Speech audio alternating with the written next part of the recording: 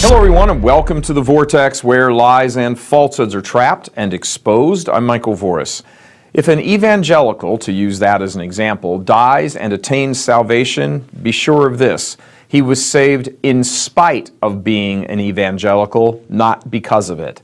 This goes to a much deeper understanding of God, heaven, salvation, an understanding that most of the world rejects, ignores, or is ignorant of because they don't want their current comfortable lives and worldview upset.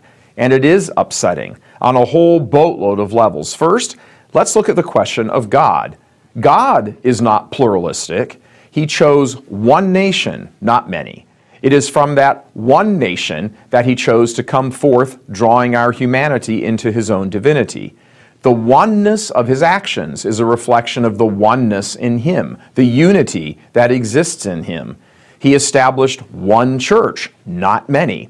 So stop for a moment and think how over-the-top stupid it is to even imagine, much less preach, that there are people of many different religions in heaven.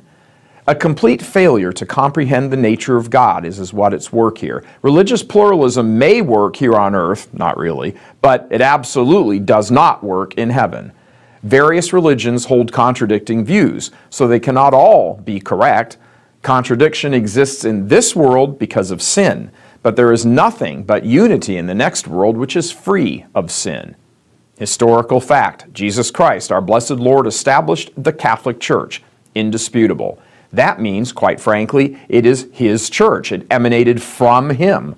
So what it teaches is from Him because it belongs to Him. How then, ask yourself, could He establish one church, His own church, intended to exist with Him forever, and then say, oh sure, it's okay for people to be in heaven who completely disagree with my church, the one that I established? And since no one dies a second time, that means that eternity would automatically involve eternal conflict and contradiction. That ain't heaven. Sorry for all of you soft-in-the-head coexist folks out there. Your entire philosophy is built on an idiotic proposition. Same for Protestantism. How could Baptists or evangelicals live for eternity in union with Catholics? Answer: they can't. Anyone who goes to heaven will be Catholic, whether they were Catholic on this earth or not. There are no Protestants in heaven. There are no Muslims in heaven. There are no Jews in heaven. Everyone in heaven will be unified in the same truth. That, in fact, is one of the hallmarks, the characteristics of heaven. If a Protestant, if an Assemblies of God, if a Baptist gets into heaven, if such as these are saved, it is not because they were Protestant, but despite being Protestant. Catholics need to start talking plainly, and if the leaders won't, then the laity need to. No one in heaven is anything but Catholic. This is what the church means by the church triumphant, a dogma of the faith. On earth, we belong to the church militant. In heaven, we are the church triumphant, those who were saved. How stupid is it to think that in heaven there would be humans who would continue for eternity in their opposition to the church triumphant while being in the church triumphant? Nope. Not gonna happen. If you are saved, you are a Catholic, period. Nobody in heaven except Catholics, even if they weren't Catholics in a formal sense here on earth.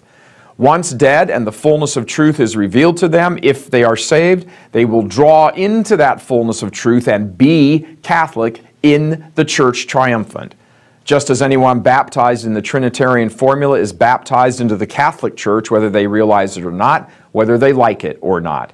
As St. Paul says, one Lord, one faith, one baptism.